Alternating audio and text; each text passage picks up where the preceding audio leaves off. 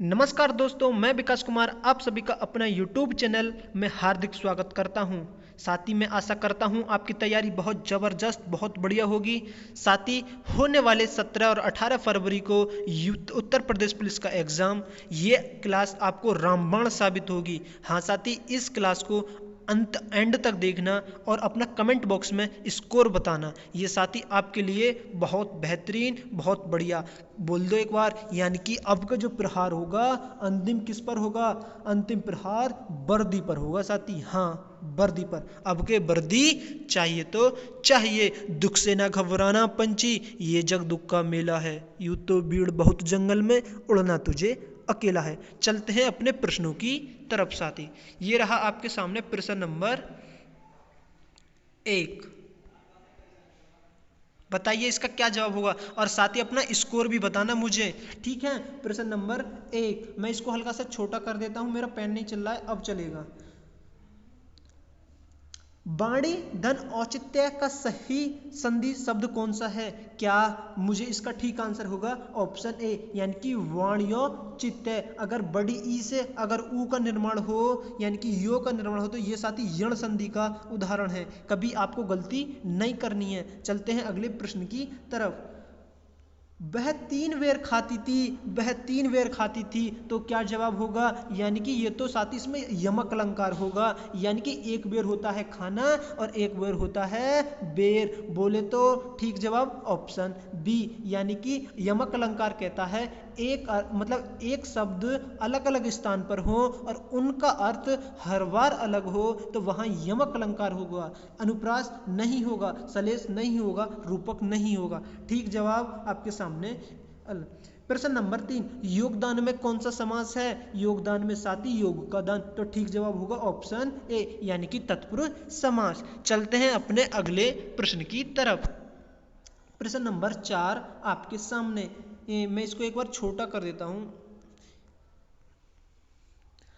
पत्थर को जोंक नहीं लगती, मुहावरे का अर्थ है क्या सबल का शोषण नहीं होता? तो इस प्रश्न का ठीक जवाब होगा साथी ऑप्शन डी, यानी कि हड्डी पर कोई प्रभाव नहीं पड़ता, कभी गलती नहीं करनी है। आपके सामने अगला प्रश्न 5वां, बताइए इसका क्या जवाब होगा। किसी भी यानी कि त्रुटि छांटे त्रुटि बतानी है।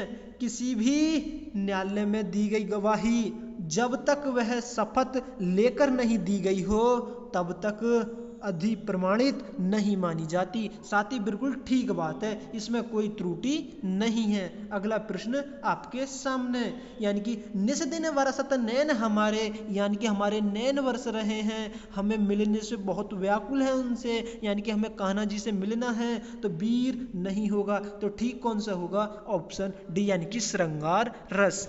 चलते हैं अगले प्रश्न की तरफ। प्रश्न नंबर 7, चौकी का तत्सम शब्द होगा। अरे चौकी का चौपाया नहीं साथी, ठीक जवाब होगा यानी कि चतुष्पादिका। चलते हैं अगले प्रश्न की तरफ। प्रश्न नंबर 8, खिड़की किस प्रकार का शब्द है? खिड़की हुई, डिबिया हुई, बोंगिया हुआ, बिटोरा हुआ, लुटिया हुआ। जो शब्द हम स्वयं निर्माण करते हैं वो साथी संकर नहीं, वो देशज होते हैं। संकर तो वो शब्द होते हैं जैसे कि टिकट घर, एक शब्द तो विदेशी हुआ, एक शब्द हिंदी हुआ। जैसे कि एक टिकट घर हुआ और मुझे एक बता दिए क्या हुआ, जैसे कि बिजली घर, कभी गलती नहीं करनी है। प्रश्न नंबर सामने आपके 9, अध का विलोम क्या है? पूर्ण नहीं साथी, अध का तो ऊपरी कहते हैं, पूर्ण तो रिक्त को कहते हैं, कभी गलती नहीं करनी है। प्रश्न नंबर 10, ठीक है, धूसर का पर्यायवाची होगा, खनक नहीं साथी, तो ठीक जवाब होगा ऑप्शन सी, बेसर। चलते हैं अगले प्रश्न की तरफ। प्रश्न नंबर 7, अंश और अंश शब्द में युग्म, यानी कि साथी इसका होता है मतलब समान अर्थी। समान अर्थी बोले तो जिसका जहां पर स्थान होगा उसका वही आंसर होगा। अंश तो साथी हिस्सा को कहते हैं, किसको कहते हैं? हिस्सा को कहते हैं। और मुझे बताइए फिर अंश जो है इसको क्या कहते हैं? इसको तो कंधा कहते हैं, कभी आपको गलती नहीं करनी है साथी। आपके सामने अगला प्रश्न, ठीक है। प्रश्न नंबर 12, मैं खाना खा चुका था, मैंने की क्रिया पूरी कर ली, आसनभूत नहीं तो पूर्णभूत होगा, यानी कि मैंने खाना खा चुका। Option D is the right answer. चलते हैं अगले प्रश्न की तरफ।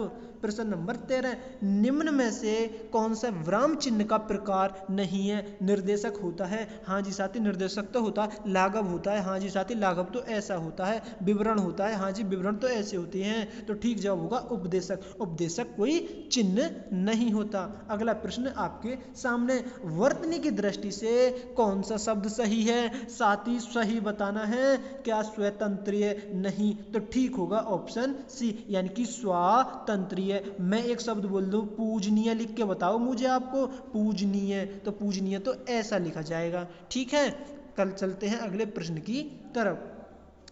प्रश्न नंबर 15, व्युत्पत्ति के आधार पर संज्ञा के कितने भेद होते हैं? व्युत्पत्ति के आधार पर बोला है तो संज्ञा के भेद तो 3 होंगे। कौन से? व्यक्तिवाचक और जातिवाचक और भाववाचक। अगर नॉर्मली पूछ ले कि संज्ञा के कितने भेद होते हैं, जब तो साथ ही हमें 5 टिक करने हैं, फिर 2 कौन से बढ़ जाएंगे? 2 तो वो बढ़ जाएंगे समूहवाचक और द्रव्यवाचक, जो कि जातिवाचक के भाग हैं। कभी गलती नहीं करनी है। प्रश्न नंबर 16, अनिश्चयवाचक सर्वनाम का कारण, यानी कि अनिश्चयवाचक सर्वनाम का कारण कारक बताना है। किन्हीं को? नहीं। किन्हीं की? नहीं तो ठीक जवाब हो किन्हीं से 10 रुपये ला दीजिए ना। अगर क्लास अच्छी लग रही हो तो लाइक कर दीजिए ना। प्रश्न नंबर आपके सामने 17, खूंटी शब्द का बहुवचन। क्या खूंटियां? नहीं साथी तो ठीक जवाब होगा खूंटियां। Option C is the right answer. गलती नॉट अलाउड। ऑप्शन प्रश्न नंबर 18, ठटेरा शब्द का लिंग परिवर्तन कीजिए। ठटेरा को बनाना हमें स्त्रीलिंग, क्या बनेगा? ठटेरिन। हाँ जी साथी ठटेरिन बनेगा। चलते हैं अपने नेक्स्ट प्रश्न की तरफ। प्रश्न नंबर आपके सामने 19, निम्नलिखित में से कौन सा उपन्यासकार साहित्य अकादमी पुरस्कार से सम्मानित नहीं है? क्या जैनेन्द्र कुमार जी? हाँ जी ये तो हैं। भगवती चरण वर्मा? हाँ जी हैं। अमृतलाल नागर? हाँ जी हैं। तो कौन नहीं है साथी? ये ही नहीं है। मन्नू भंडारी जी तो 2008 में व्यास सम्मान मिला था। ठीक है, कौन सा सम्मान मिला था? व्यास सम्मान। कभी गलती नहीं करनी है। प्रश्न नंबर 20, भाव विलास और रास विलास कृति के लेखक कौन है? अरे भाव से बोलो, प्रेम से बोलो, जय माता दी, यानी कि देव होंगे इसमें। देव नहीं भूषण, नहीं पद्मकर, नहीं मतीराम। ठीक जवाब option D is the right answer. प्रश्न नंबर आपके सामने 21, निम्नलिखित में कौन सा कवि भारतेंदु युगीन नहीं है? यानी कि भारतेंदु युगीन नहीं है। बद्री नारायण चौधरी प्रेमगन? हाँ जी हैं। ठीक है, ठाकुर जगमोहन जी? हाँ। पंडित अंबिका दास व्यास? नहीं है। तो ठीक जवाब क्या होगा? यही होगा। जो नहीं है तो वही होगा। श्रीधर पाठक। मुझे बता दीजिए साथी, बद्री नारायण चौधरी प्रेमघन की रचना कौन सी है? क्या छत्रसाल है? क्या छत्र दशक है? ठीक है साथी, कौन सी है? प्रश्न नंबर 22 आपके सामने, मुझे बताना है इसमें कि वाक्य में अकर्मक क्रिया कौन सी है? अकर्मक क्रिया मैं सोता हूँ। अरे क्या सोता है? यही ठीक आंसर है। अकर्मक क्रिया मैं सोता हूँ और मैं रो रहा हूँ, यही अकर्मक क्रिया होंगी। उसने पीटा, उसने काम किया ना, तो ये तो साथी अकर्मक क्रिया नहीं होगी, ये तो सकर्मक होगी। उसने खाई, अरे खाई तो उसने कुछ ना कुछ खाया होगा। ठीक है, तो इस प्रश्न का ठीक जवाब option A is the right answer. कभी गलती नहीं करनी है। प्रश्न नंबर 37, एक छंद में कितने चरण होते हैं? 4। हाँ जी साथी 4 होते हैं। कैसे करके होते हैं? ये फर्स्ट होता है, ये सेकंड होता है, और ये थर्ड होता है, और ये फोर्थ होता है, ये फोर्थ होता है। कभी गलती नहीं करनी है। ओहो, ये कितना बड़ा शब्द आ गया। इसमें तो पूर्ण रूप वर्ण विच्छेद वाला शब्द बताना है। इसका मतलब साथी मुझे वो बताना है। मैं इसको एक बार छोटा कर देता हूँ। मुझे कृपण तुरिये करी नहीं साथी, कह रे पे आ नहीं, और इसमें भी आ तो नहीं। तो ठीक जवाब क्या होगा? ऑप्शन डी, यानी कि आधा कै और री बैटरी डाउन, और पे आधा, और ए औधे अने आधा, और ए। कभी गलती नहीं करनी है साथी। अगला प्रश्न आपके सामने।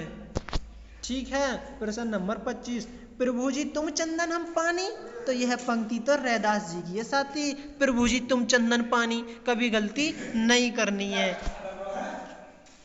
और प्रश्न नंबर 26, निम्नलिखित समुदाय विशेषण है प्रत्येक, दूना, चारों। ठीक जवाब होगा ऑप्शन डी यानी कि चारों। ठीक है, यानी कि चारों हुआ, पांचों हुआ, छह हुआ, सातों हुआ, आठ हुआ, ये समुदाय वाचक क्या होंगे? प्रत्येक, हरेक। ये तो साथी बताइए ना क्या है इसका जवाब। अगला प्रश्न आपके सामने, प्रश्न नंबर 27, निम्नलिखित में असत्य कथन कौन सा है? असत्य बताना है। असत्य, प्रत्येक वर्ग में तीसरे, चौथे, पांचवें घोष सघोष होते हैं। हाँ जी साथी, ये तो ठीक है। प्रत्येक वर्ग के पहले और दूसरे व्यंजन अघोष होते हैं। हाँ जी, ये पहले दूसरे तो हमारे क्या होते हैं? अघोष होते हैं। समस्वर सघोष होते हैं। हाँ जी, तो ठीक जवाब ऑप्शन डी होगा, यानी कि सभी विसर्ग स्वर। यही हमारा अलग है, यही हमारे सभी विसर्ग स्वर नहीं होते। प्रश्न नंबर आपके सामने 28, हिंदी अकादमी सलाह का सम्मान की पुरस्कार राशि 1 लाख तो साहित्य अकादमी की होती है, तो ठीक जवाब होगा ऑप्शन डी, यानी कि 5 लाख रुपए। अब मुझे बता दीजिए व्यास सम्मान की कितनी होती है? 4 लाख रुपए। मैं पूछूं कि सबसे ज्यादा पुरस्कार राशि किसकी होती है? वो तो सरस्वती सम्मान अर्थात 15 लाख रुपए होती है। कभी गलती नहीं करनी है। प्रश्न नंबर आपके सामने 29, परिवर्तन परिवार में कौन सा उपसर्ग है? अरे ये तो इसमें ठीक जवाब ऑप्शन ए होगा, यानी कि परिधान वर्तन। कभी गलती नहीं करनी है नहीं। चलते हैं अगले प्रश्न की तरफ। निम्नलिखित शब्दों में से यौगिक शब्द की पहचान कीजिए। यौगिक अर्थात मुरलीधर नहीं साथी, यौगिक बताना तो परमोषधि होगा, पंकज नहीं होगा। पंकज तो कमल का पर्यायवाची होता है। प्रश्न नंबर 31 आपके सामने। ठीक है, हिंदी की आदि जननी है। हिंदी की आदि जननी तो ए ऑप्शन होगा, यानी कि संस्कृत है। ठीक है साथी, संस्कृत है। प्लीज भैया आराम से रोटी खाइए ना, इसमें आवाज आ रही है।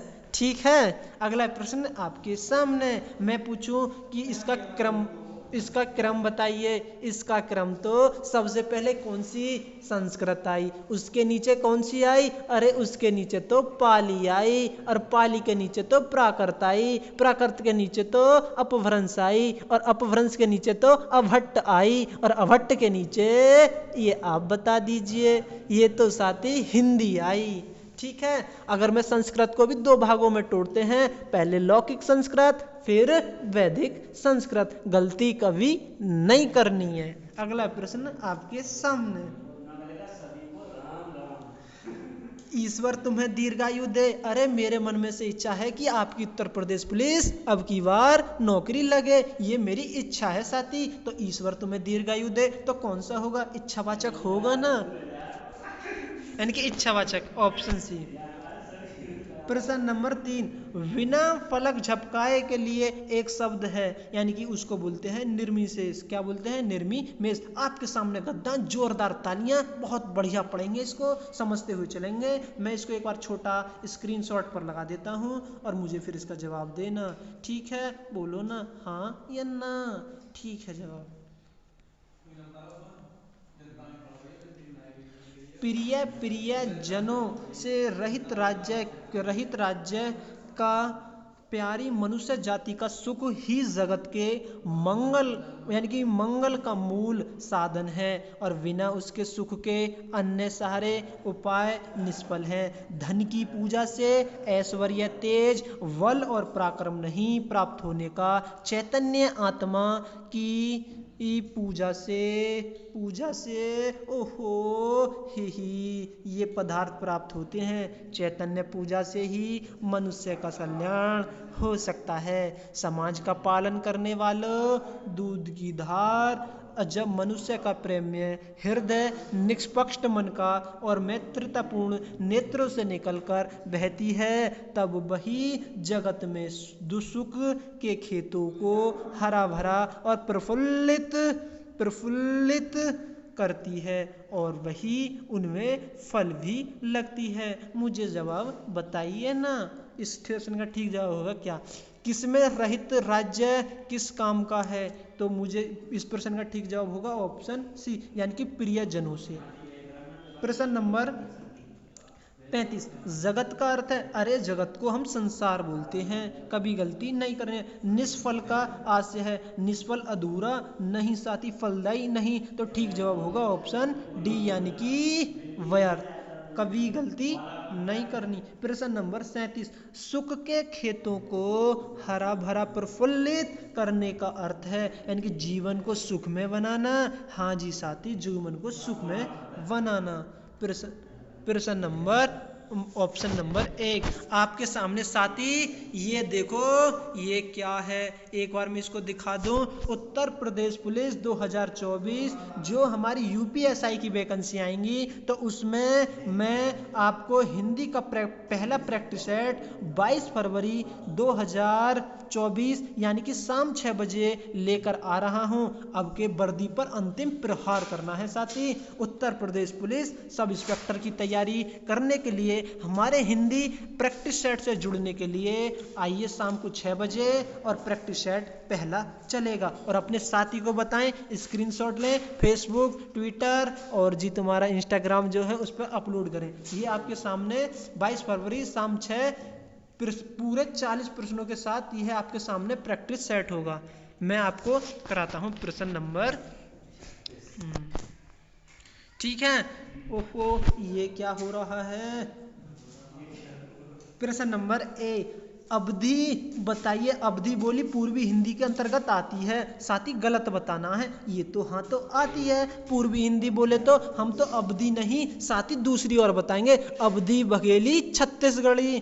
ब्रज भाषा में पश्चिमी हिंदी आती है। हाँ जी साथी ये तो आती है, ये तो पश्चिमी हिंदी यानी कि ब्रज भाषा पूछा है। हम तो खड़ी बोली जो कौरवी भी कहते हैं, कन्नौजी भी कितनी आती है, 5 आती हैं। ठीक है, भोजपुरी बिहारी हिंदी पूर्वी हिंदी के अंतर्गत आती है। नहीं साथी पूर्वी हिंदी के अंतर्गत नहीं आती, ये तो किसके अंतर्गत आती है, यानी कि बिहारी, उसके बिहारी के अंतर्गत आती है ये, यानी कि अर्धमार्दी मार्दी। प्रश्न नंबर डी, खड़ी बोली पश्चिमी हिंदी ठीक है जवाब। तो इस प्रश्न का ठीक जवाब होगा ऑप्शन सी। चलते हैं अगले प्रश्न की तरफ। हिंदी शब्दकोश के अनुसार संतान सकल सचल सचल समसंदों का सही क्रम, अरे क्रम बताना है। तो इस प्रश्न का ठीक जवाब होगा ऑप्शन डी, यानी कि संतान सकल सक्षम सचल। अब इसको कैसे याद करें, किसी व्यक्ति के संतान पैदा हुई, तो जब पैदा हुई तो उसकी सबसे निगाह कहाँ जाती है, शकल पर, मतलब क्रम से शकल शकल पर। जब शकल पर निगाह जाती है तो धीरे धीरे बच्चा बड़ा होता है, तो फिर वो सक्षम होता है, फिर चलने लगता है। तो आपसे एक क्रम पूछे तो ऐसे ही याद कर लेना, संतान सकल सक्षम सचल, कभी गलती नहीं करनी है। प्रश्न नंबर आपके सामने तीसरा, मंदाकिनी की जलधारा अजस्र रूप से प्रवाहित हो रही है, तो भाग का शुद्ध भाग बताना है। ये तो साथी गलत लिख रही है, तो शुद्ध कौन सी होगी मुझे बताइए ना। इस प्रश्न का ठीक जवाब होगा ऑप्शन सी, यानी कि अजसर, कभी गलती नहीं करनी।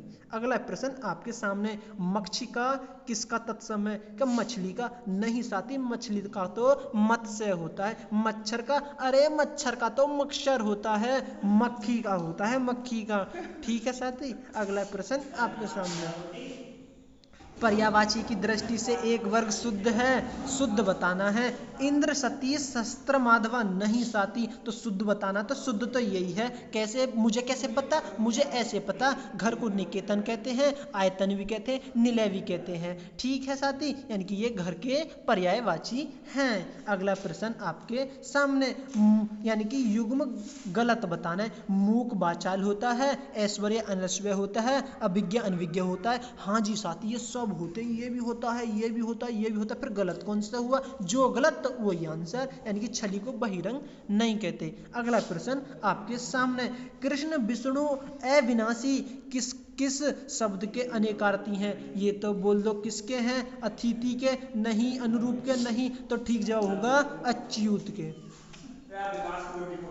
अगला प्रश्न आपके सामने, इनमें से एक शब्द युग्म का अर्थ भेद सुमेलित नहीं है, यानी कि नहीं है बताना। साथ ही तो समानार्थ आएगा, जिसका स्थान जहां पर उसका स्थान वहीं पर। तरंग लहर होता है, तुरंग घोड़ा होता है, ये तो ठीक है। पथ्य रास्ता होता है, और पथ्य रास्ता में जो भोजन मिलता है यानी कि स्वस्थ प्रद आहार, जो रास्ते में ले जाने वाली सामग्री। जैसे आप अगर कहीं भी जाओ, कहीं भी यात्रा करने जाओ, तो आप जो रास्ते में खाना ले जाते हो उसको तो पाथ्य कहते हैं। क्या प्रसाद अनुग्रह भवन, ये तो ठीक है। अरे तरणी और तरुणी, तरुणी को तो युवती कहते हैं, ये तो इनका क्रम ऐसे कर दिया, तो जो गलत वो ही ठीक आंसर। इस प्रश्न का ठीक जवाब होगा ऑप्शन सी। कभी गलती नहीं करनी है मेरे प्यारे साथी। अगला प्रश्न आपके सामने।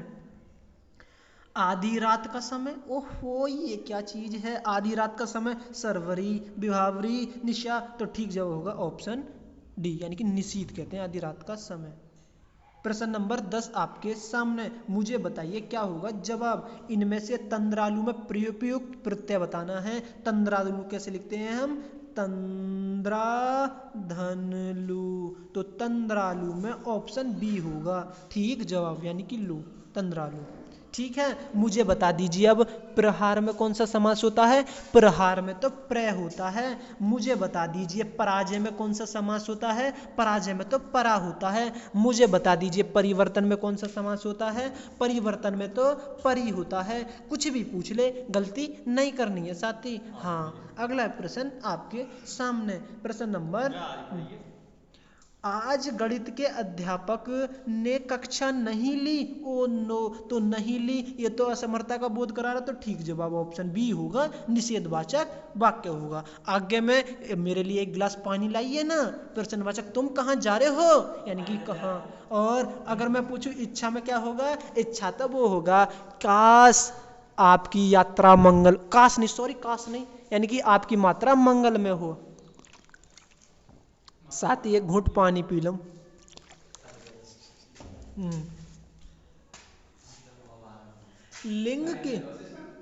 लिंग की दृष्टि से दही का क्या है? अरे बोल दो ना, लिंग की दृष्टि से दही क्या बोलते हैं? स्त्रीलिंग?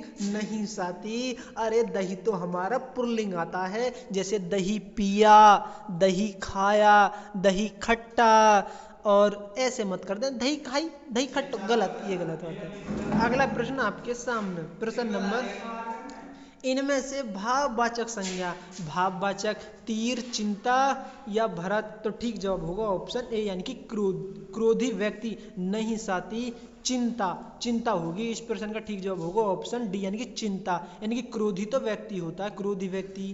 तीर, भारत नहीं, तो चिंता खाई, चिंतित व्यक्ति। अरे यार, इसमें तो क्या हो गया? भाववाचक संज्ञा बतानी है, क्रोधी या चिंता, ये साथी मिसस्टैंडिंग हो गई। इसका जवाब प्रश्न नंबर ऑप्शन नंबर 14, इसका कमेंट बॉक्स में बताना, ठीक है, कमेंट बॉक्स में बताना। अगला प्रश्न आपके सामने। लोगों ने शोरगुल करके डाकुओं को भगाया। कर्ता ने कर्म को, तो ये तो कर्म कारण हुआ ना, और करण से वह बच्चा बस से स्कूल जाता है, वो कारण होगा, ठीक है।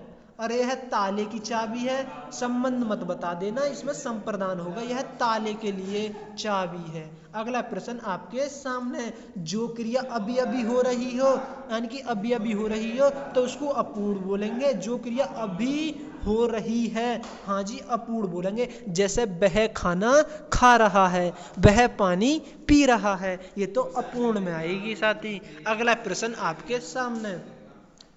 रोगी चल नहीं सकता, ओहो, भाववाच्य में रूपांतरण होता है, रोगी से चला नहीं जाता, रोगी से चल नहीं पाएगा, तो ठीक जवाब ऑप्शन बी, रोगी से चला नहीं जाता। अफसोस मैं नहीं जा सका, तो अफसोस की बात करें तो इसमें ठीक जवाब होगा संबोधन सूचक अव्यय। कभी गलती नहीं करनी है साथी।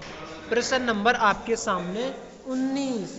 निम्नलिखित वाक्य में क्रिया विशेषण के युक्त में कौन सा होगा? क्रिय कौन सा होगा? मैं कल नहीं जाऊंगा, नहीं साथी। वह धीरे धीरे बह रही है, हवा धीरे धीरे बह रही है, तो धीरे धीरे कैसे बह रही है?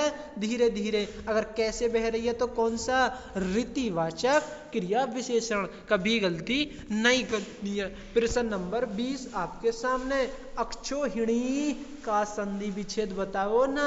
अगर मैं वर्णमाला की बात करूं साथी, वर्णमाला में हम ओ को कैसे बनाते हैं? हम ओ को तो ए धन ओ से बनाते हैं। बात चल रही है संधि यानी कि अक्ष धन उहिनी, कभी गलती नहीं करनी है साथी।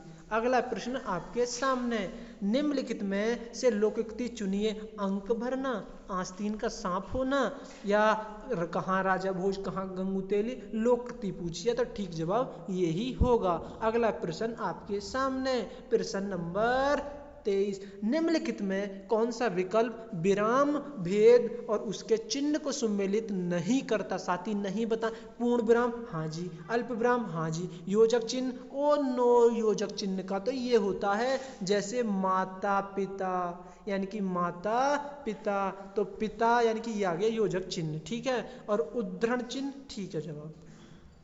अगला प्रश्न आपके सामने, निम्नलिखित में कौन सा मिश्र वाक्य है? मिश्र वाक्य यानी कि निर्भर है। उसमें न पत्ते थे न भूले थे, मैंने सुना है कि आपके देश में अच्छा राज प्रबंध है। कतई सही सुनो तो कतई आंसर ठीक ही होगा साथी। B answer is the right answer, not allowed, गलती नॉट अलाउड, ठीक है साथी। तू करता तू भया, मुझ में रही न हूँ, और बारी फेरी बली गई, जित देखूं तित तू। ओ नो, ये क्या चीज है? अगला प्रश्न ये रहा और इसके ऑप्शन ये रहे, तो इसमें कौन सा? तू करता तू भया, मुझे रही न हूँ, और बारी फेरी बली गई, जित देखूं तो तू। साथी याकू तो जित जित यही चमक रही है, तो जित जित यही चमक रही, तो ठीक जवाब होगा ऑप्शन सी यानी कि सांतरस। चलते हैं अगले प्रश्न की तरफ। प्रश्न नंबर 26, निराला की कविता जूही की कली किस छंद में है? क्या वाणिक छंद में? नहीं साथी। मात्रिक छंद में? नहीं। तो कौन से छंद में? मुक्तक छंद में। कभी प्रश्न गलत नहीं करना है। तरनी तनुजा तट तमाल तरुबर बहु छाय, और झूके कूले जल प्रसन्न हित मनु हुए सुहाय। यहाँ में अलंकार बताना है साथी, यानी कि तरनी तनुजा तट तमाल, ये तो आप तो 5 साल हो गए वैकेंसी सुनते सुनते, 5 साल ते पढ़ते आ रहे होंगे। तरनी तनुजा तट तमाल तरुवर बहु छाय, तो इस प्रश्न का ठीक जवाब होगा ऑप्शन ए यानी कि अनुप्रास अलंकार। चलते हैं अगला प्रश्न 28, अबला जीवन है तुम्हारी यही कहानी, और आंचल में है दूध और आंखों में है पानी। ये तो साथी यशोधरा जी ने लिखी है। किसने लिखी है? यशोधरा जी ने। मैं पूछूं साकेत किसकी रचना है? यशोधरा में है ये, यशोधरा। मैं पूछूं यशोधरा साकेत ये किसकी रचना है? ये तो हमारे मैथिली शरण गुप्त की हैं। मैथिली शरण गुप्त को महाकवि किसने कहा? ये तो राष्ट्रपिता मोहनदास करमचंद गांधी ने कहा। आंसू और कायामनी, ये तो साथी जयशंकर प्रसाद की है, जयशंकर प्रसाद की, कभी गलती नहीं करनी है। अगला प्रश्न आपके सामने, मैथिली शरण गुप्त ने नहीं लिखी, अरे ये तो लिखी है, अरे ये भी लिखी है, जयद्रथ भी लिखी है, तो कौन सी नहीं लिखी? यही नहीं लिखी, कायामनी। फिर कायामनी किसने लिखी है? ये जयशंकर प्रसाद जी ने लिखी है। प्रश्न नंबर 30, एक बूंद सहसा उछली किस विद्या की रचना है? क्या स्मरण है साथी? निबंध? नहीं। तो ठीक जवाब होगा ऑप्शन ए यानी कि यात्रा वृत्तांत। चलते हैं अगले प्रश्न की तरफ। प्रेमचंद के अधूरे उपन्यास का नाम है, अधूरा बताना है। अधूरा तो साथी मंगलसूत्र है। मैं आपसे पूछूं, मुझे बताइए कि जल्दी से कि जयशंकर प्रसाद का अधूरा उपन्यास कौन सा है? बताइए ना, बताइए ना जल्दी से। कौन सा है? इरावती है, इरावती। ये अधूरा है साथी, आपको कभी गलती नहीं करनी है। अगला प्रश्न आपके सामने, इनमें से किन्हीं से साहित्यकार को ज्ञानपीठ पुरस्कार मिला? अजी साहित्यकार को ज्ञानपीठ पुरस्कार प्रेमचंद जी को नहीं साथी, प्रसाद जी को नहीं, निराला जी को नहीं, तो सुमित्रानंदन पंत जी को। अब ये बता दीजिए कब मिला? बताइए ना। 1968 में मिला था। कब? किस पर? चिदम्बरा पर मिला था। ठीक है जवाब। अगर मैं पूछूं आपसे 1972 की तो इनमें उर्वशी रामधारी सिंह दिनकर जी को मिला था दूसरा, और तीसरा मिला था 1976 में कितनी नावों में कितनी बार आज्ञा जी को। अगर मैं पूछूं वह पहली महिला कौन सी हैं जिन्होंने हिंदी के लिए मिला, वो तो अपनी प्रिया महादेवी वर्मा जी हैं, जो सन 1982 में मिला। कभी गलती नहीं करनी है। अगर मैं पूछूं ज्ञानपीठ पुरस्कार की स्थापना कब हुई थी, वो तो साथी 1965 में हुई थी। जो सर्वप्रथम किसको मिला था, सर्वप्रथम बोले तो जी शंकर क्रूप को मिला था। किस भाषा पर मिला था, मलयालम भाषा पर। कभी गलती नहीं करनी है। आपके सामने गद्यांश मैं करता हूं छोटा, स्क्रीनशॉट ले लेना, फिर मुझे इसका जवाब देना। ये रहा, मैंने कर दिया छोटा। अब मैं इसको बड़ा करता हूं।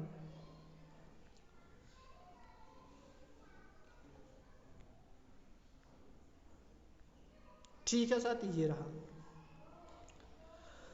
भारत जैसे देश के लिए सहकारिता की प्रवृत्ति को अपना विशेष रूप आवश्यक है। इसका कारण यह है कि भारत में छोटे किसानों तथा व्यापारियों की संख्या अधिक है। ये लोग निर्धनता तथा व्यवस्था के चक्र में पूरी तरह फंसे हुए हैं और सहकारिता की ही इनकी शक्तियाँ और उद्धार एक सूत्र में पिरोकर उनका उद्धार कर सकती है। कृषि के क्षेत्र में तो सहकारिता की पद्धति विशेष रूप से उपयोगी हैं। इसकी सहायता से खेतों को बड़ा किया जा सकता है तथा क्रय विक्रय को समुचित प्रबंध हो सकता है। गृह उद्योगों के विकास के लिए भी सहकारिता की पद्धति बहुत लाभकारी है। बैंक व्यापार तथा यातायात के क्षेत्र में भी सहकारिता के आधार पर संगठन किया जा सकता है। सहकारिता के सिद्धांतों की इन विशेषताओं को दृष्टि में रखकर ही हमारी पंचवर्षीय योजनाओं में सहकारिता बहुत ऊंचा स्थान दिया गया है। योजना आयोग का यह विचार है कि अर्थव्यवस्था के विभिन्न क्षेत्रों में सहकारिता का अधिकाधिक उपयोग किया जाना चाहिए। तो साथ ही इस प्रश्न का मुझे जवाब बताइए। ठीक है, प्रश्न नंबर आपके सामने 34। उपयुक्त अवतरण में सर्वाधिक उपयुक्त शीर्षक है सहकारिता और किसान, सहकारिता और योजना आयोग। नहीं साथी, ठीक जवाब है ऑप्शन सी, यानी कि सहकारिता में लाभ। कभी गलती नहीं करनी है। अगला प्रश्न आपके सामने, बताइए इसका क्या जवाब होगा। सहकारिता, सहकारिता का अर्थ है सहानुभूति पूर्वक कार्य करना या मिलजुल कर कार्य करना। ठीक जवाब है साथी, मिलजुल कर कार्य करना। अगला प्रश्न आपके सामने, इसका जवाब बताइए क्या होगा। बताइए क्या जवाब होगा। योजना आयोग के अनुसार सहकारिता का आधिकारिक उपयोग किया जाना चाहिए। योजना के विभिन्न क्षेत्रों में, विज्ञान प्रौद्योगिकी के क्षेत्रों में, क्या अर्थव्यवस्था के विभिन्न क्षेत्रों में, किसमें किया जाना है साथी, अर्थव्यवस्था के विभिन्न क्षेत्रों में। ठीक जवाब ऑप्शन सी। अगला प्रश्न आपके सामने, बताइए सहकारिता का मुख्य उद्देश्य क्या है। छोटे कृषकों को, व्यापारियों को आर्थिक स्तर उठाना। हाँ जी साथी, यही जवाब है, यानी कि छोटे कृषकों और व्यापारियों को आर्थिक स्तर पर उठाना। अगला प्रश्न आपके सामने 37, यानी कि सहकारिता निर्धन किसानों का उद्धार कर सकती है। तो बताइए इस प्रश्न का ठीक जवाब क्या होगा। ये मैं छोटा कर देता हूँ। सहकारिता किसानों का उद्धार कर सकती है, उन्हें एक सूत्र में पिरोकर और उनका आर्थिक स्तर विकसित कर सकती है। तो ठीक जवाब option D is the right answer. साथी क्वेश्चन हो गए खत्म। यही हमारे थे क्वेश्चन।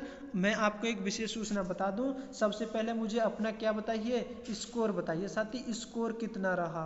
ठीक है, इस वीडियो को बहुत ही ध्यान से देखना। अगर कोई क्वेश्चन नया लगे तो उसे नोट डाउन करना। मैं फिर से आपको बता दूं, हमारी सीरीज 22 फरवरी 2024 को विशेषकर यूपीएसआई यानी कि यूपीएसआई 2024 को ध्यान में, यानी कि प्रीवियस ईयर रोज हिंदी के प्रैक्टिस सेट यानी कि 40 क्वेश्चन होंगे साथ ही साथी 40 प्रश्न जो प्रीवियस ईयर होंगे। कौन से होंगे साथी?